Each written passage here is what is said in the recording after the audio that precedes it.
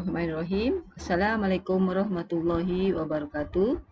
Alhamdulillahirabbil alamin wassalatu wassalamu ala asyrafil anbiya'i wal mursalin wa ala alihi wasahbihi ajmain. Apa khabar semua murid-murid? Alhamdulillah, hari ini kita jumpa semula untuk menyambung pelajaran seterusnya. Jadi Ustazah harapkan murid-murid semua dalam keadaan sihat walafiat di samping keluarga. Jadi Ustazah hari ini nak ajak murid-murid untuk menyambung pelajaran tahun 5 fiqh, iaitu solat orang yang sakit, ya. Jadi sebelum tu Ustazah nak ajak murid-murid kita sama-sama baca sebelum belajar. Okey, tanda tangan. Bismillahirrahmanirrahim. Allahumma aftah alaina hikmataka wansyur alaina min khazaini rahmatika ya arhamar rahimin. Rabbi shrah li sadri wa yassir li amri wahlul 'uqdatam min lisani yafqahu qawli. Baiklah ya, alhamdulillahirabbil alamin. Kita akan sambung semula solat orang yang sakit ya. Seperti mana yang kita maklum, kita ada 3 cara solat. Ini solat cara duduk, solat cara baring mengiring dan solat cara baring menelentang ya. Jadi untuk hari ini kita nak sambung semula pergerakan solat secara duduk. Kita tengok semula ya. Pertama yakni duduk tegak menghadap kiblat ya, duduk tegak dada menghadap kiblat ya. Kemudian yang kedua, niat beserta takbiratul ihram. Kalau tengok situasi dalam gambar yang kedua ya. Kemudian yang ketiga ialah membaca surah Al-Fatihah dan mana-mana surah ya. Seterusnya rukuk ya. Cikgu perhati macam mana rukuk solat orang yang sakit cara duduk. Kemudian iktidal, seterusnya sujud, duduk antara dua sujud, duduk membaca tahiyat akhir dan memberi salam ke kanan dan ke kiri. Itu di antara pergerakan solat secara duduk ya. Okey, kemudian pergerakan solat secara baring mengiring ya.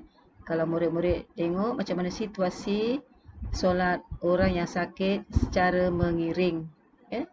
Kemudian kita tengok perhati satu persatu, yakni baring mengiring dada menghadap kiblat ya.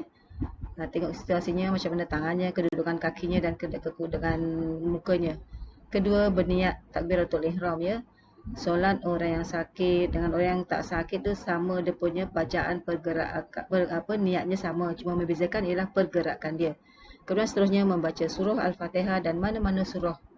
Seterusnya rukuk dan menundukkan sedikit kepala ikut kemampuan. Kemudian seterusnya iktidal dan menegakkan semula kepala ya. Kemudian sebenarnya sujud dengan menundukkan kepala lebih daripada rukuk ya. Mungkin rukuk dengan sujud itu lebih rendah daripada rukuk ya. Kemudian seterusnya duduk antara dua sujud dengan menegakkan semula kepala. Tengok situasi seterusnya tu ya. Kemudian yang seterusnya membaca tahiyat akhir dan akhir sekali ialah salam ya, salam ke kanan. Kalau tak mampu ke kiri pun tak apa sebab ya. Okey. Okey, seterusnya kita masuk cara solat yang ketiga, yakni pergerakan solat secara menelentang. Ya, jadi diharapkan murid-murid dapat tengok situasi bagaimana cara melakukan solat secara menelentang ya.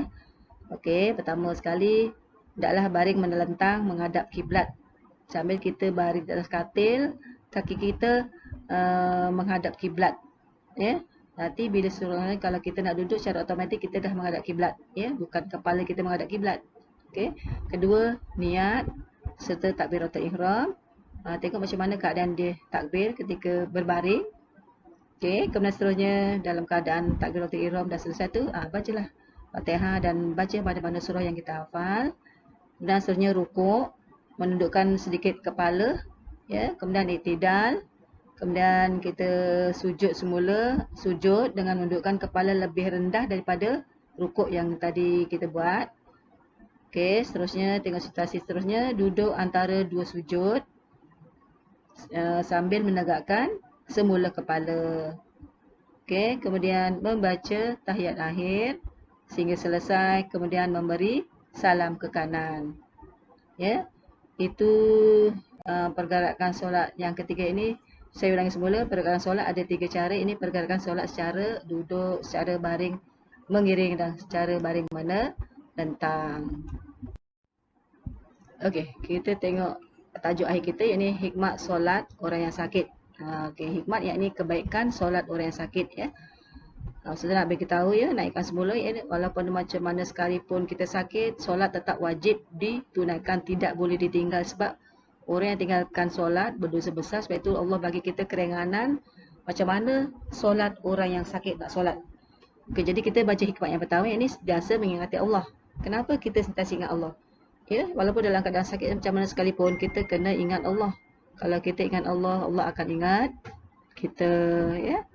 Kemudian kedua, bersyukur dengan nikmat Allah. Kita bersyukur.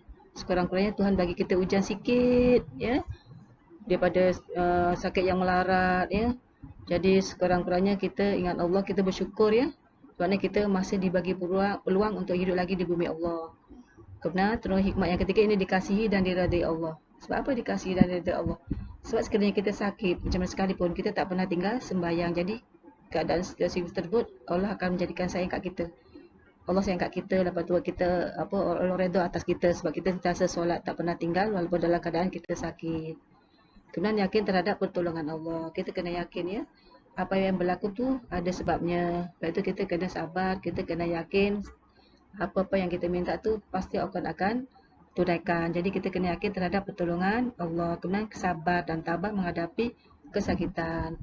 Ujian yang Allah bagi kat kita tu sikit. Sebab tu kita kena sabar macam mana kita menghadapi situasi sakit kita. Sabar dan tabah menghadapi kesakitan. Tak boleh keluh kesah dan sebagainya. Kita kena redha, ya. Kemudian yang akhir sekali ialah memperolehi ketenangan jiwa. Sebab apa? Bila kita sakit, kita solat, Allah akan ingat kita, kita ingat Allah, jadi jiwa kita tenang, ya.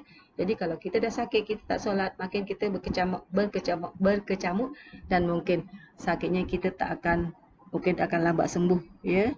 Jadi bila kita solat, jiwa tenang, mungkin Allah akan bagi kita kesembuhan yang cepat. Jadi itulah di antara hikmat solat orang yang sakit. Jadi untuk itu, ya, pelajaran kita hari ini. Jadi Ustazah ucapkan sekian, wabillahi taufiq wal hidayah. Wassalamualaikum warahmatullahi wabarakatuh. Sekian, terima kasih.